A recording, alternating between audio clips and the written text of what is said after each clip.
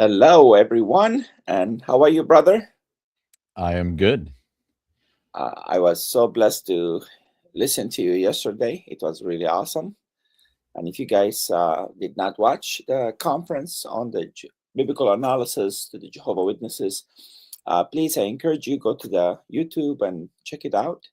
I'm sorry, my voice, something going on with me, but I don't know yet what it is. But I'm glad I'm not teaching, but Anthony. Brother, we're going to continue on the life and the work of Samuel Zwemer, right?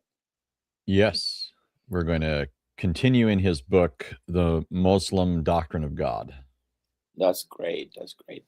Okay. It's all yours, brother. Okay, thank you, George.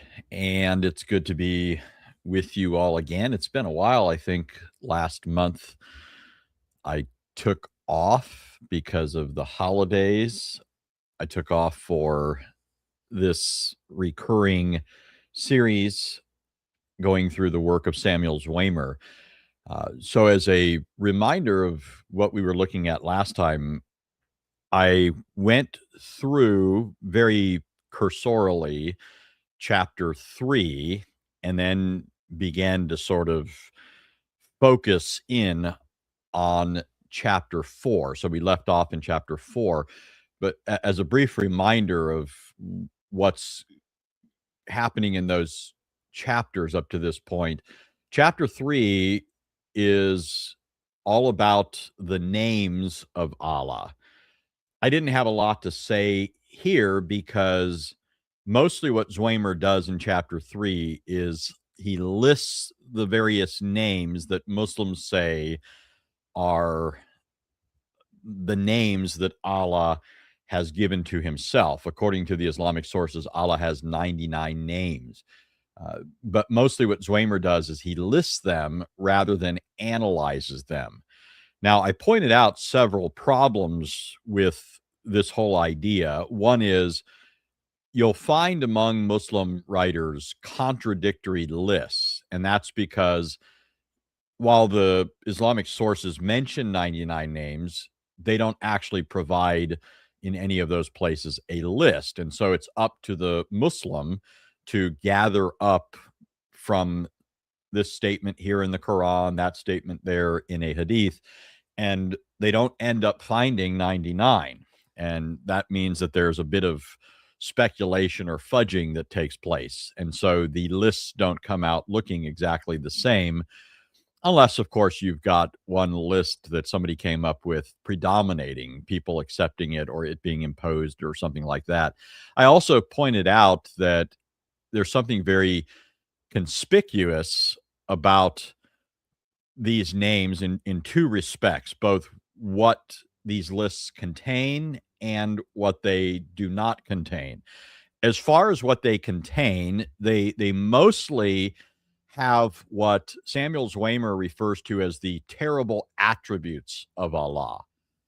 Now, it may well be, and I would say is, upon analysis, the case that terrible is understood or properly understood in a negative sense. What Zwemer means when he uses this, at least initially, is simply that these are names indicating the power of Allah. So there's a very strident emphasis upon Allah in this sense, and and it's very negligible the extent to which these names represent any kind of moral character. This contrasts starkly with the Bible. God has many names in the Bible, but among those names are names that we can refer to as moral in character. So God is called the Holy One, the faithful, the true, right? Names of this sort.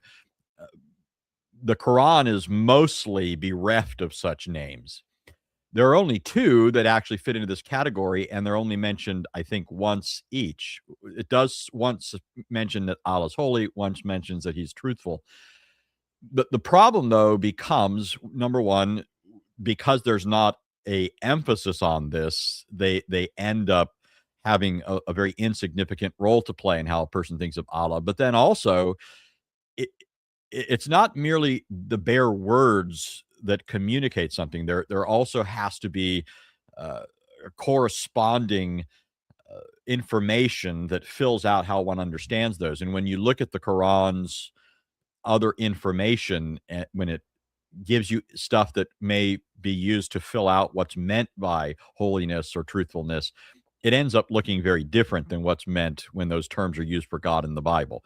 So, first, these names are very interesting in light of the fact that what they contain is an overemphasis on attributes of power or the terribleness of Allah, and a negligible consideration of the moral character of Allah. But there's also another problem, which is this list is missing all sorts of things that also impinges upon one's view of Allah. There's no word for Allah as Father in the Quran or in the Hadith. In fact, the Quran and the traditions negate this understanding of God or Allah. And so, if you want to delve into that, if you don't remember what I said last time, go back and look at that or read Zwemer. You know, but I'm not going to repeat all that now. But what I did do to a much greater degree is I got into chapter 4 where it really begins to flesh this out. After talking about Allah's names in chapter 3, Zwemer goes on to talk about Allah's attributes. And here he shows that it's basically the same story. There is an emphasis on Allah's uh, arbitrary will and a dearth of information relevant to morality, uh, goodness, and so forth. And that's where we're going to pick up. Now, before I get into this, I don't know if I brought this up last time. I bring it up occasionally in various contexts, but I think it's very helpful when considering this to have this background in view. At least it's always been useful to me. In the ancient world, when philosophy was born, the quest was a quest for wisdom, a quest for truth and understanding and so forth. And one of the names that many people are aware of, even if they don't know a whole lot about him, that factors prominently in this early history of philosophy is Socrates. Socrates, of course, is the foil that Plato uses to communicate his philosophy. Socrates was his teacher as well as Aristotle's, but Plato is especially the person who uses Socrates to convey his ideas. So there's debate among the historians of philosophy over how much of what Plato says is to be attributed to the historical Socrates, how much is just Plato using Socrates as his figurehead, his mouthpiece. But that's not really important for us right now. I'm bringing up Socrates because Socrates came to the conclusion that all these people that were prattling about this or about that didn't know what they were talking about.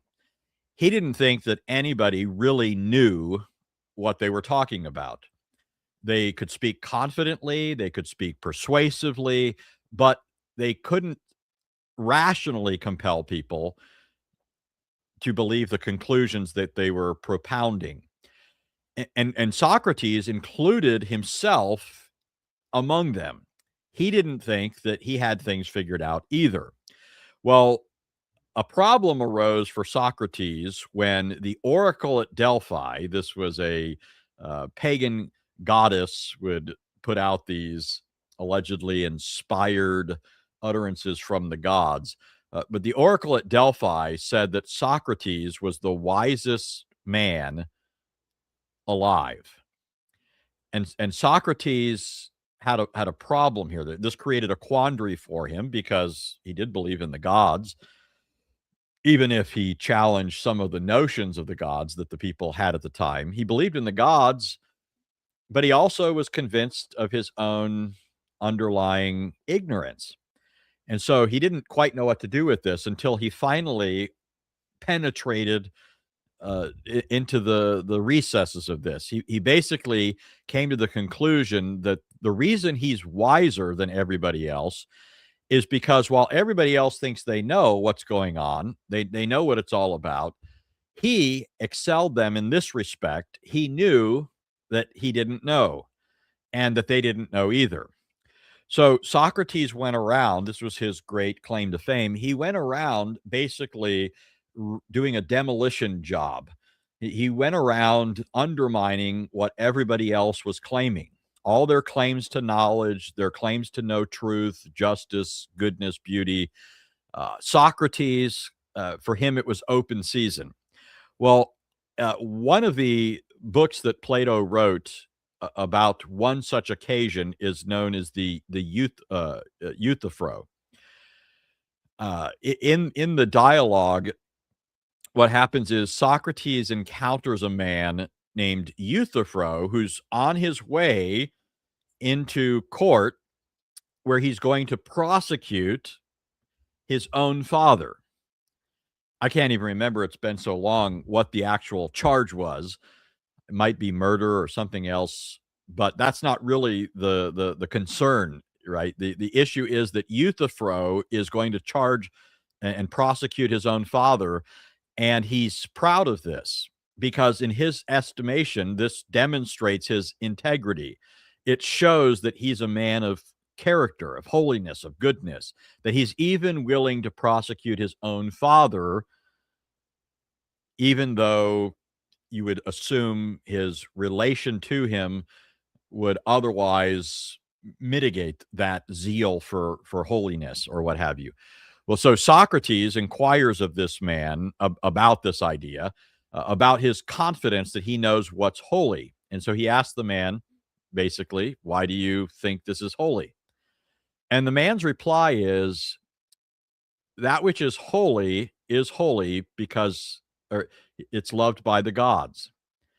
So this is the basis of our claim to knowledge with respect to that which is holy. The gods love it. So Euthyphro thinks himself justified in what he's doing and in claiming to be holy because he's doing something that the gods love. Now, that sort of answer probably, went the distance for a lot of people. A lot of people would say, okay, great answer.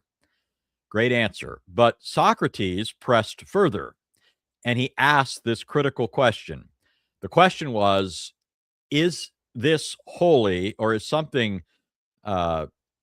holy because it's loved by the gods, or do the gods love it because it is holy? If we want to express this in a way that perhaps speaks more in our language today, a better way of putting this would be to say, is something holy in itself, and the gods recognize this, or is it holy because the gods choose to like it, right? Is it because they like it? It's dependent upon their whim, or is there some reason in itself apart from the gods that renders it holy? So another way of putting it is holiness some standard that exists above the gods, or is it subject to the authority of the gods? Now, this creates a huge conundrum, because if it's a standard that exists above the gods, beyond the gods, then you don't need the gods in order to account for holiness. In which case, Socrates is going to press the question, how do you know this is holy? Right? On the other hand, if it's contingent on the will of the gods, then it's arbitrary. It's only holy because the gods arbitrarily choose to approve of it. But the gods being finite, could change their minds about it in the future. They might disagree about it, right? There are all these issues that arise because of this. Well, the reason I bring this up is because this is an argument that atheists have often deployed against Christianity, not recognizing that it doesn't work outside of the pagan context in which it arose. The reason that there's a problem here is precisely because the gods of paganism were finite. It is possible in such a system to think of some abstract standard above the gods, or to think of holiness as something contingent upon the will of the gods. But that doesn't translate into a Christian context, because in Christianity, holiness or goodness or righteousness or justice or all of these things are not somehow a standard above God that he looks up to and then tells people to live by, right? Holiness, goodness, justice, righteousness are themselves the attributes of God. They're rooted in God's very nature and character. That also means that they're not something that is arbitrarily chosen by God. God doesn't decide someday that it's wrong to have another God. He doesn't decide someday that it's wrong to blaspheme him, nor does he turn around the next day and decide those things are okay. Now you can have a pass with respect to them. These things are rooted in the very character of God, which is unchanging. Well, how is this relevant to Islam? Well, if you remember from last week, you probably already have the beginnings of an answer to that. If Allah is not himself properly thought of in this same way, well, then what is the grounding for morality? What is the basis for the judgment that something's right or something's wrong? Well, here's where we pick up with Zwemer. In his book, The Muslim Doctrine of God, on page 53 or 52, the last sentence, he says, moving into chapter or page 53, to understand the great lack of the moral element in the attributes of Allah, we must go still further than what he has already been talking about. In the Muslim system, and according to the Quran, fortified by tradition, all sin is, after all, a matter of minor importance. It is the repetition of the creed, that is the shahada, that counts, and not the reformation of character. To repeat the kalima, that is the shahada, there's no God but Allah and Muhammad is Allah's prophet, ipso facto constitutes one a true believer. All other considerations are of lesser import. So confidently is this asserted by Muslim teachers that they say, even if one should repeat the kalima, the shahada, accidentally or by compulsion, it would make that person a Muslim. In other words, I just repeated it, and so for some fanatical Muslims, that would be sufficient to say, I'm a Muslim. He says, in fanatic company, I was told, it would be decidedly dangerous for a non-Muslim to say the creed, even casually in conversation, because, so they said, they would then take that person by force and circumcise him. Repeating the creed is the door into the religion of Muhammad. So the basic point that he's making here is that what really counts is simply uttering this phrase, and all considerations of conforming one's will to God's will is not overly important. Or at least we should say conforming one's will to a unflinching, inflexible moral will. There's a sense in which Muslims will say you have to conform to Allah's will, but it's very different, as we'll flesh out here. He goes on to say the Quran teaches that the first sinner was Adam, Surah 235. And yet the general belief of Muslims today is that all prophets, including Adam, were without sin. Especially is the latter asserted in regard to Muhammad, the seal of the prophets. The Quran, tradition, and history to the contrary notwithstanding. The portion of unrepentant sinners is hellfire. The punishment is eternal, and there's no repentance possible. All the wealth of Arabic vocabulary is exhausted in Muhammad's fearful and particularized descriptions of the awful torments of the doomed. Okay, so he's setting this up to make the point that I'm after here. He's not quite there yet, but get this fixed in your mind. For the Muslim, the thing that is predominantly important, all other considerations being almost null and void, is that one says the Shahada. Now, if you guys are keeping up with the current state of Dawah, and I don't keep up with this as much as some others, to me, it just looks like this one big Jerry Springer show. But these guys are a living example of exactly what I'm talking about here, what Zwemer is talking about here. If you look at the prominent guys involved in Dawah today, you look at Muhammad Hijab, Ali Dawah, a bunch of other names, you'll see that these guys are all characterized by serious, grievous, scandalous activity from a Christian perspective. However, there doesn't seem to be much of a problem from the perspective of the Islamic Ummah. They seem to be winking at this as it's taking place. And so, for example, Muhammad Hijab has been caught basically hoodwinking a young Muslima, or I don't know how old she is exactly, but a Muslim woman, into being what they're calling a hotel wife. He's married. He doesn't want his wife to know that he's taken on another wife, even though Islam permits more than one wife. But so he did this clandestinely, and then he basically abandoned the girl, didn't provide for her as he promised, and has just basically left her in the lurch. And so she's come out and she's been speaking against it. But none of the the stuff that's being said, you'll have Muslims saying some stuff, but they don't seem to be overly flummoxed by this, as though this represents something deeply grievous, deeply heinous.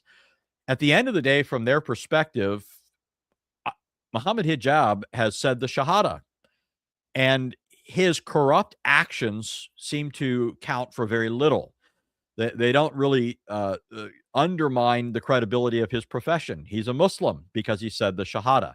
And I often bring this up, I had a Muslim one time way back. This was my first sort of realization of this.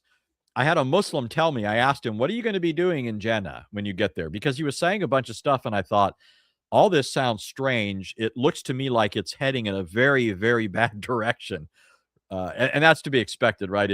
If a person gets on a plane in California for New York, guess where he's going to end up? Right? He might start off in California, but he's going to end up in New York. Well, if somebody starts off worshiping this false god according to the revelations of a madman, as Muhammad is understood to have been by his contemporaries, then it's not going to be surprising where this ends up.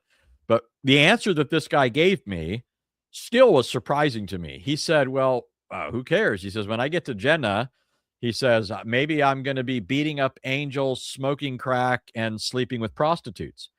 And the guy was dead serious. These are live options for him. Once one gets to Jannah, all the test that was taking place, the testing that was taking place here, is no longer relevant. All the controls that are put on people here are very temporary because they don't reflect the unchanging will of an inflexibly holy God. What Allah says here and now simply reflects his arbitrary decision in a given situation. Even in the Quran, even during the lifetime of Muhammad, as we see in the Hadith, as we see in the Sirah literature, even in the course of all of this, Allah is changing the rules of the game. Now, I'm stealing a bit of Zwemer's thunder, so let me go on here. He's going to talk a lot. I'm going to skip over it about the description of hell. Allah seems to be especially joyful about talking about hell in the Quran, the Islamic sources. Gets very graphic, very detailed, very lurid. It almost seems like Allah is more delighted about the torments of hell than he is the pleasures of paradise. But in any case, here's what Zwemer says. This is the last paragraph of 54 leading into 55. The conclusion we come to, both from the study of the Quran and of tradition, is that Allah does not appear to be bound by any standard of justice. For example, the worship of the creature is heinous to the Muslim mind, and yet Allah punished Satan for not being willing to worship Adam. Surah 2. Allah is merciful in winking at the sins of his favorite ones, such as the prophets and those who fight in his battles, but he's the quick avenger of all infidels and idolaters. Okay, now, don't lose sight of the picture here. Of course, God in the Bible avenges his name against idolaters and so forth. But he also is quick to chastise his own people when they sin against him. It isn't the case that God is just being arbitrary with respect to the punishment he doles out. When God judges the wicked for their sins, he also holds his own people accountable for sins. That's why, look at the book of Judges. When the people go out to battle, there are times when they prevail, there are times when they don't, and it always corresponds to some issue that obtains in the particular case. God is not just giving them a blank check to do whatever they want and promising them victory. So, but this just isn't the case in the Quran. Allah is so unconcerned with the wicked actions of Muhammad that he often turns a blind eye to them, and even often gives Muhammad the approval, right? He stamps Muhammad's papers and basically says, no problem, it's okay, I like you, so you can do as you please. But Zwemer goes on, he reveals truth to his prophets, but also abrogates it, changes the message, or makes them forget it. Surah 2, 105. The whole teaching of Muslim exegetes on the subject of nasikh and mansukh, those are terms used for abrogation. The whole teaching of Muslim exegetes on the subject of abrogation is utterly opposed to the idea of God's immutability and truth. So the Quran, in other words, has abrogating verses. There's a distinction here in the kind of abrogation. The basic idea is that a later verse can abrogate what's said in an earlier verse. Now, in some cases in the Quran, what happens is a later verse negates a verse that remains in the Quran. But there are other cases where Allah negated a verse and had it expunged so that it doesn't even appear. Okay, this is the concept of abrogation. Now, it would be fine, and we would have no objection if what was in view here is Allah instituting something that was intended to serve a temporary purpose that was of a pedagogical nature, let's say, but not if it comes to a moral issue or a theological truth. It's one thing to say that at a certain time, somebody requires something, like let's say I tell my children, all my kids are adults now. My youngest is 19, but at a certain time, I would tell them they could be out, they could go to their friend's house or something, but they have to be back by dinner time, or they have to be back at 8 before it gets dark. This isn't a moral rule that I'm laying down. I'm laying it down, number one, because I'm their father. I might have all kinds of different reasons for that. But one standard consideration that would go into this would be just their safety. They're young, and it's not safe for them to be out past dark. right? That's something that could legitimately be rescinded without the component of arbitrariness. But it's not the same thing to say that my children, when they're younger, are not permitted to murder, but now that they're adults, now they're allowed to murder, because murder is a moral infraction, right? Murder is a transgression of a moral norm that never changes because it's rooted in God's character. The same thing goes when it comes to theological truth. You can't say that it's permissible or not permissible one day, let's say, to worship a false god, and then the next day it is. Okay, but that's the sort of thing that you see going on in the Quran. You see Allah changing moral norms and theological truths. Even historical things seem to be expunged in this system of abrogation. And so all of this points up the idea that Allah is a fickle being. He's an arbitrary being, no different than the gods of paganism, no different than the kind of gods that the ancient Greeks believed in, ancient Greeks like Euthyphro. So Allah cannot possibly be the grounding for ethics, cannot possibly be the grounding, the ontological grounding for morality. But to go on with Zwemer, he says there are 20 cases given in which one revelation superseded, contradicted, or abrogated a previous revelation to Muhammad. Allah's moral law changes, like his ceremonial law, according to times and circumstances. So morality seems to be no different in the eyes of Allah than ceremonies that are instituted for a particular end. It goes on to say he is the clement, meaning merciful. Muslim teachers have, in my presence, utterly denied that Allah is subject to an absolute standard of moral rectitude. Now, we wouldn't say that God is subject to a standard. He is his own standard. But the whole point that Zwemer's making here is there is nothing about the nature and character of Allah that dictates consistency with respect to these things. Allah can do whatever he pleases. We would say God can do whatever he pleases, but in this sense, he can do all his holy will.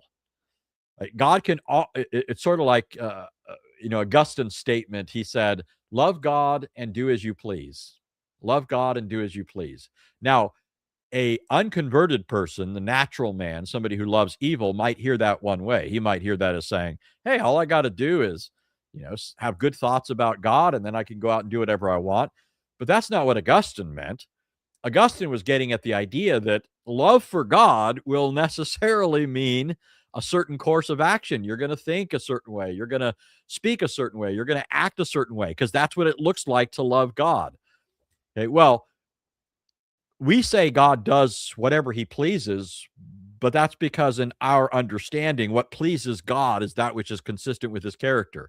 God can't change. God can't lie. God can't deny himself. So God always speaks words of truth. He always speaks words of justice. He always speaks words of righteousness. Not so the God of Islam.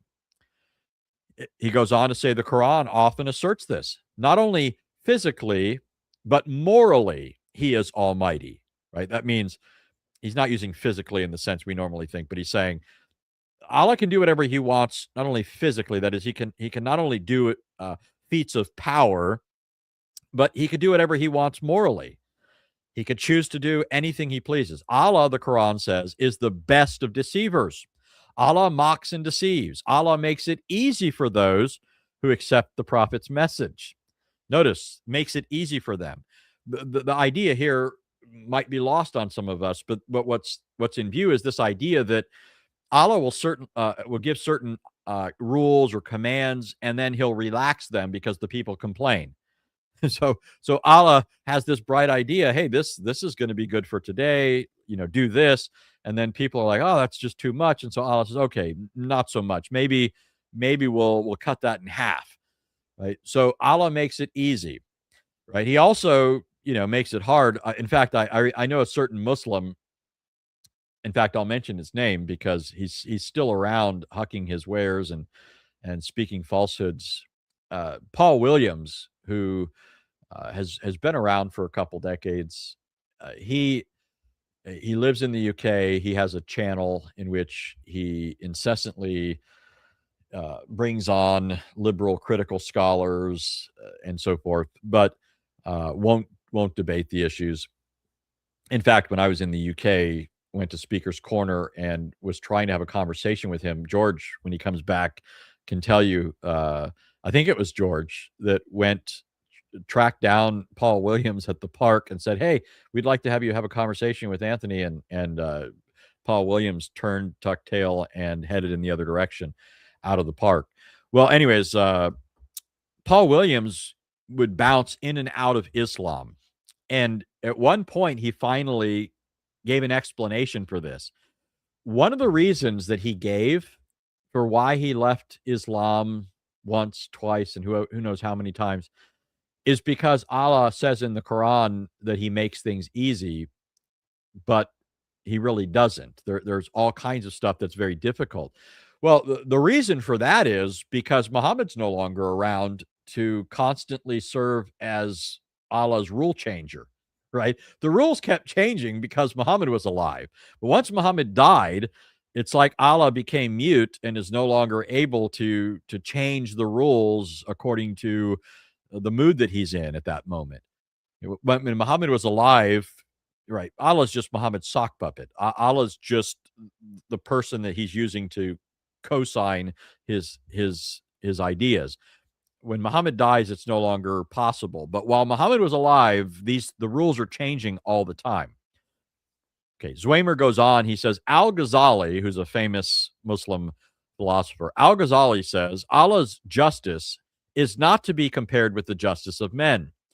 For a man may be supposed to act unjustly by invading the possession of another, but no injustice can be conceived on the part of Allah. It is in his power to pour down upon men torments, and if he were to do it, his justice could not be arraigned. Yet he rewards those that worship him for their obedience on account of his promise and beneficence, not of merit or of necessity, since there is nothing which he can be tied to perform. Okay, this is the critical point, since there is nothing which he can be tied to perform. That there's nothing that Allah has to do at any given time. He's not bound in any way. Think this through for a moment biblically. Now, on the one hand, as I've already said, God has a character that he always acts in accord with. But there's something further that we have that is precious to us and that we need to cling to, that Muslims don't have. And this statement from Al-Ghazali teases it out. While God is always consistent with himself, that doesn't mean that he's obligated to us in any way that goes beyond the simple standards of justice, right? Like, in other words, when God created Adam, let's suppose that God created Adam and he said, I created you to live for 100 years. So enjoy it while you can. Live by my law, but that's all you get. God could have done that. God didn't have to create Adam. He could have given him a term to live, and that would have been it. But God entered into a covenant with man. God held out to man the promise of life with him forever, and told man if he disobeys, he'd die. But this covenantal arrangement that God enters into with man is an act of God by which he binds himself to certain things, to the performance of certain things. By promising Adam life if he obeyed, God obligated himself by this to give him life if he obeyed. Okay, so God couldn't be true to himself and his promises if he didn't do that. Okay, well, Allah doesn't have to do this sort of thing in the Quran. He doesn't have to measure up to anything. He could change things as he pleases. This is exactly what Ghazali says. There is nothing which he can be tied to perform, nor can any injustice be supposed in him, nor can he be under any obligation to any person whatsoever. Okay, reading on, this is a long section, and I'll probably start winding to a conclusion with this, but he says, Zwemer says, according to one tradition, the 7 chief attributes of Allah are life, knowledge, purpose, power, hearing, sight, and speech. Notice nothing moral there at all. Even granted that these are used in a superlative sense, they would still describe only an intelligent giant, right? Muhammad al-Burqawi, in his book on these 7 chief attributes, uses language that leaves no doubt of his idea of what the Quran teaches. He says Allah can annihilate the universe if it seems good to him and recreate it in an instant. He receives neither profit nor loss from whatever happens. If all the infidels became believers and all the wicked pious, he would gain nothing. And if all believers became infidels, it would not cause him loss. He can annihilate even heaven itself. He sees all things, even the steps of a black ant on a black rock in a dark night. Okay, now, some of that, again, you always have to keep in perspective the big picture here. Some of that will sound consistent with our view if you're not keeping things in their proper categories, right? Of course, nothing adds to God. That's not our claim. That's not their claim. But in the context of the Islamic conception of deity, the idea is that Allah hasn't committed himself to anyone or in any way such that he could just annihilate things. We believe that God has covenanted. Think of the after the flood. After the flood, God makes a covenant with Noah and his seed after him, a covenant with him to maintain creation. He says, as long as the earth continues, seed time and harvest, summer and winter, right? They'll continue. And so God promises to preserve the world. And this is because he has this larger plan in view. He has made promise. He made a promise back to Adam and Eve that he's going to send a seed that's going to deliver mankind. God can't just scrap the program now because he's spoken to this and he's always true to his word. But Allah is under no such obligation. Allah can simply, on a whim, decide it's all over. That's why Abu Bakr, as we point out often when talking about Allah as a deceiver, Abu Bakr, who was one of 10 people who was directly named as somebody who was going to enter paradise. Other Muslims have to cast about in confusion and wonder if they're going to be saved or not based on Allah's arbitrary whims. But Abu Bakr was one of 10 people who were told, you're going to go to paradise. When Abu Bakr was about, or not when he was about to die, what happened was another Muslim died, and somebody said about that dead Muslim, he says, well, now he's in a better place, basically. He's with Allah. And Abu Bakr said, what are you talking about? You don't know where that person went. He says, nobody can know where they're going to go. And then the man said to Abu Bakr, even you, Abu Bakr, one to whom Allah promised paradise? And Abu Bakr said, even if I had 1 foot in paradise, I would still fear Allah's deception. So Abu Bakr is saying even Allah's promise is not a sufficient ground for confidence or assurance. That is the God of Islam. The God of Islam is not a reliable foundation for truth, for goodness, for anything.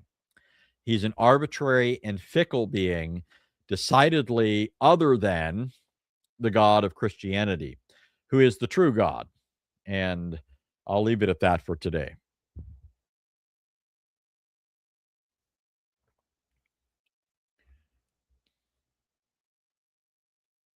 And I think you're muted.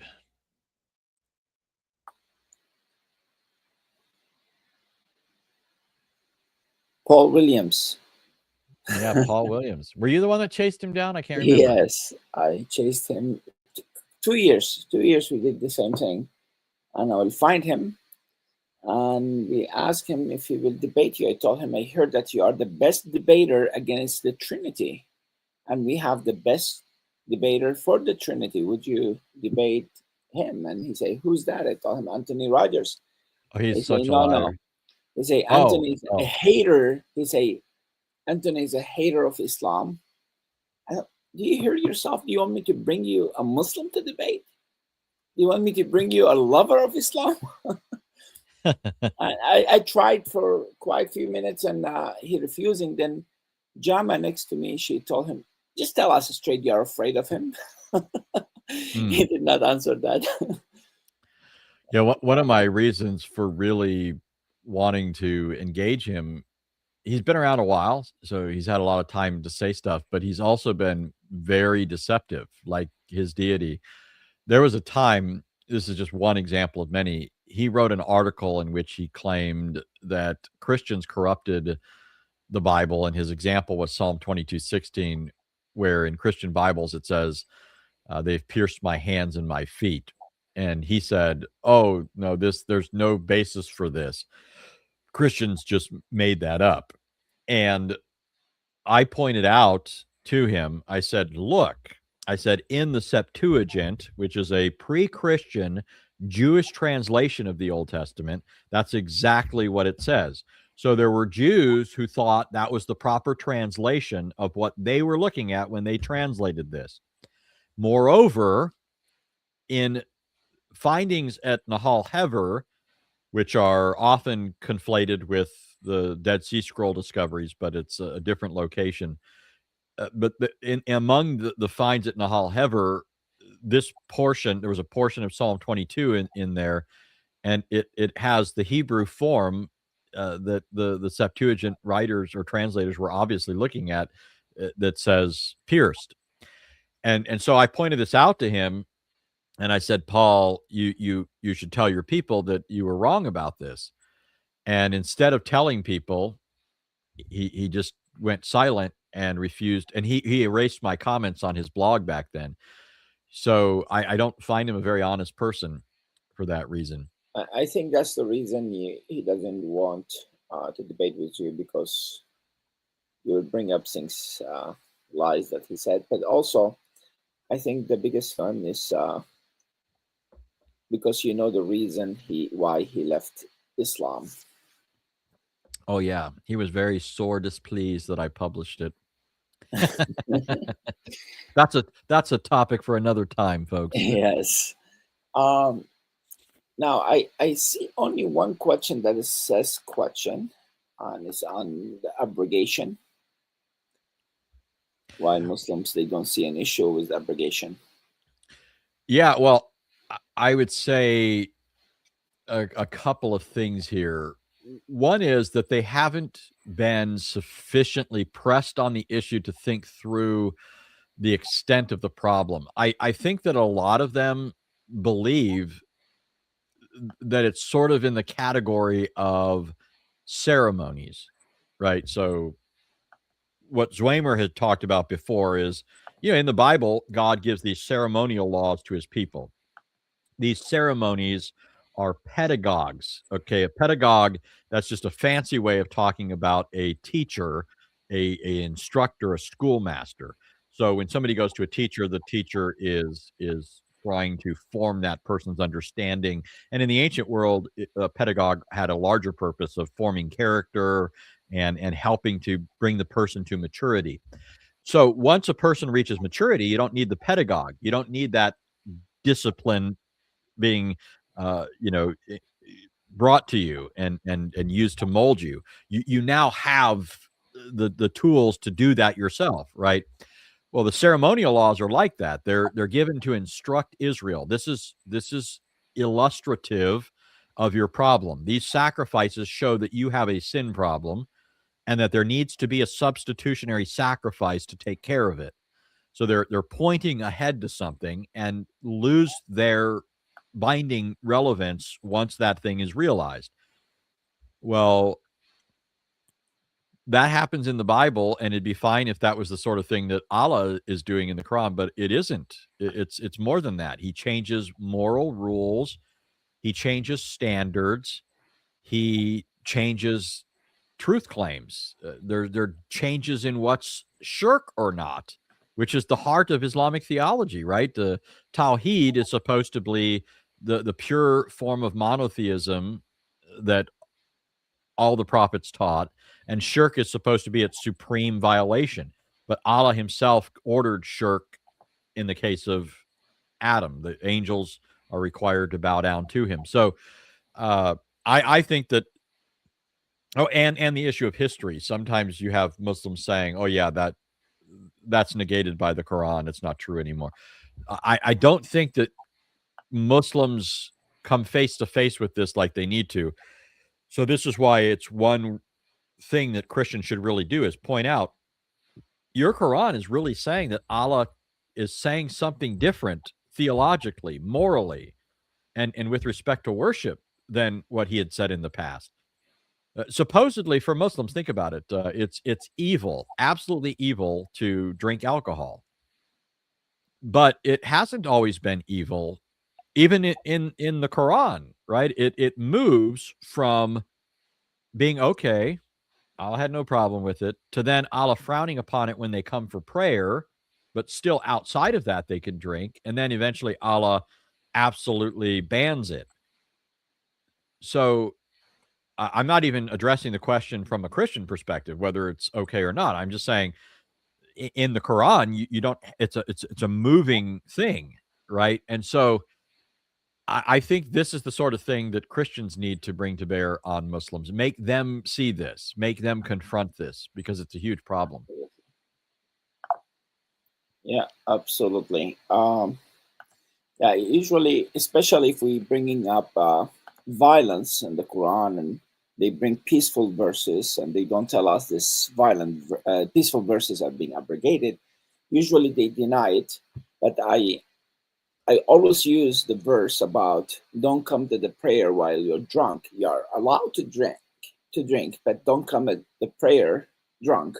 I use that one first for them to admit abrogation, because they say no, because people are addicted to alcohol. They have to make it in stages. They will admit abrogation in drinking situation, and then I show them, you just used a few seconds ago abrogated verse with me.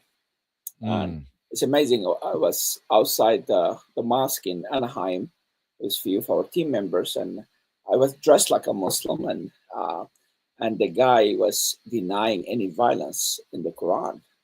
And I kept saying, no, there are verses. And I started saying the verses, and he kept hitting me in his elbows, thinking I'm a Muslim. He said, you don't, in Arabic, he told me, you don't have to tell him. You don't have to tell him. Then he stood up and he said, are you a Muslim or are you a Christian? I told him, I am a Christian. He was so mad. It was funny. Yeah. Guys, this coming Saturday, we're having a debate between Dr. Tony Costa and an Eastern Orthodox by name Kevin. They will be debating what is the ultimate authority, the Bible alone or Bible and church traditions. It's going to be a really great debate starting 10 in the morning Pacific Standard Time. That's around 1 p.m. Eastern Standard Time. Don't miss that. And also, please check our YouTube channel, M2M Network. We're having a conference in February on the topic of the Black man in Islam. We're doing it especially for the Black History Month. It's going to be really great. We're having speakers from Nigeria and also Louis Lionheart or Truth Defenders and Vocab Malone. It's going to be a really great conference. This coming Thursday night, we will have Hatun Tash with us live on our stream. And also in March, Reverend Anthony and many others, around 20 people, will be teaching biblical analysis of other Jesuses. We're going to be covering many different Jesuses from Hinduism, Sikhism, atheism. It's going to be really, really great. I don't want you to miss that. March 7th, 14th, 21st. I'm taking 2 weeks off because we're going to be on the following week, on the 28th, we'll be in Phoenix, Arizona. We're having a public debate between Shabir Ali and Dr. James White. It's supposed to be Anthony. Also, I don't know why a lot of people don't like you, Anthony. They don't want to debate you. But yeah, but anyway, it's going to be really great. Our Phoenix trip too, if you would like to come and join us. But in April, we'll continue the biblical analysis of other Jesuses after Easter. That's in April 11th. We have a lot of events scheduled. We have mission trips to Minnesota, Dearborn, Michigan, UK, Germany, and Italy. That one, if you are able to come, don't miss it. It's the best pizza in the world. Ask Anthony about it. Thank you so much, guys, for joining us. I don't know if, let me check again and see if there's someone else, another question. I think you were very clear, brother. And That was super clear. yeah, Allah is a bad dance partner. He'll constantly misstep, change the dance steps. So don't try and dance with Allah. Anthony, usually I know you don't ask, but I want to know if people want to support you, how can they do that? Well, on my channel, they can look at the description box where I have a Patreon thing or other things there. So if they're interested, they could do that. I really encourage you guys. We would love to have Anthony full-time dealing with teaching online and teaching at our conferences across the country and even across the world. Support him. I really encourage you to do that in order to, he would have more time to go alongside. And I think he has a list of books sometimes. You list books that also? Yeah, that's in the description box where there's a link to an Amazon page. So mostly those books are for stuff that I'm in one way or another preparing to do something on, either a broadcast on my YouTube channel or a debate, something like that. So all the stuff that I do that hopefully benefits people is helped by that sort of thing. Awesome. Thank you so much again for joining us. Thank you, Reverend Anthony. See you in a month or even before. God bless you, brother. Thank you so much.